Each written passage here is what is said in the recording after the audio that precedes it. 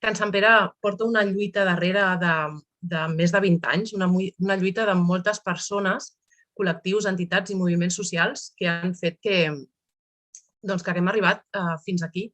20 anys de lluita per aconseguir un espai que és i ha de ser del poble. El procés d'expropiació crec que és un procés que no es pot debatre. No hi ha alternativa possible, ni tan sols legal. És un procés que s'ha de tirar endavant.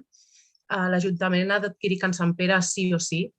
El poble necessita aquest espai per les seves veïnes i veïns i estan obligats a portar-lo endavant. L'expropiació, a més, s'ha de fer sense donar res més de canvi que l'estrictament necessari. No val compensar els especuladors amb més diners ni que sigui una moneda de canvi per a altres processos d'ordenació urbanística, com metal·logènia o transmesa. Durant aquests 20 anys de lluita, Can Sant Pere s'ha convertit en un espai referent de moltes de nosaltres. Un espai que ha crescut, que s'ha omplert de vida, gràcies a col·lectius, a moviments socials i entitats i voluntàries lluitadores que han fet créixer aquest espai. A Can Sant Pere es porten activitats, es duen a terme activitats i es compleixen i es cobreixen necessitats que malauradament l'administració no ha pogut cobrir. I s'ha creat dins de Can Sant Pere una xarxa comunitària que ha permès a moltes persones ser ajudades i sentir-se com a casa. L'espai de Can Sant Pere ha de ser un espai que ha de seguir sent per tothom, obert a idees i projectes i de gestió comunitària, perquè ja hem demostrat que quan es crea comunitat, quan estem juntes i unides, això funciona, l'autogestió funciona. I això és el que ha de ser Can Sant Pere.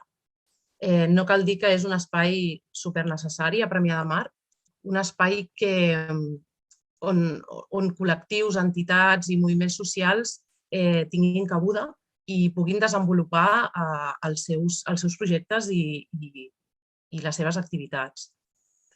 Referent a la zona verda, ha de ser així.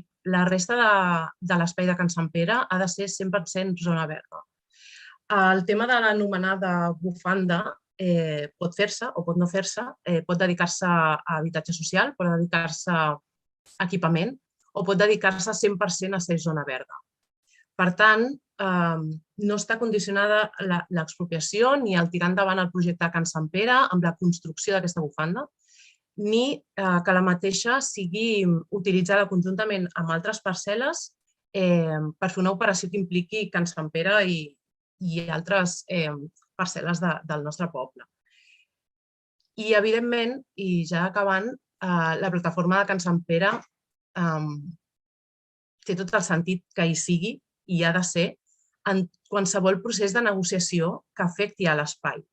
Perquè això ja s'ha fet amb anterioritat. Ja amb altres alcaldes s'ha creat, la comissió Miquel Buch va crear una comissió per al seguiment de totes les activitats i tot el que fos de referent a Can Sant Pere. Per tant, creiem que la plataforma ha d'estar, lògicament, en totes aquestes negociacions, igual que altres interlocutors.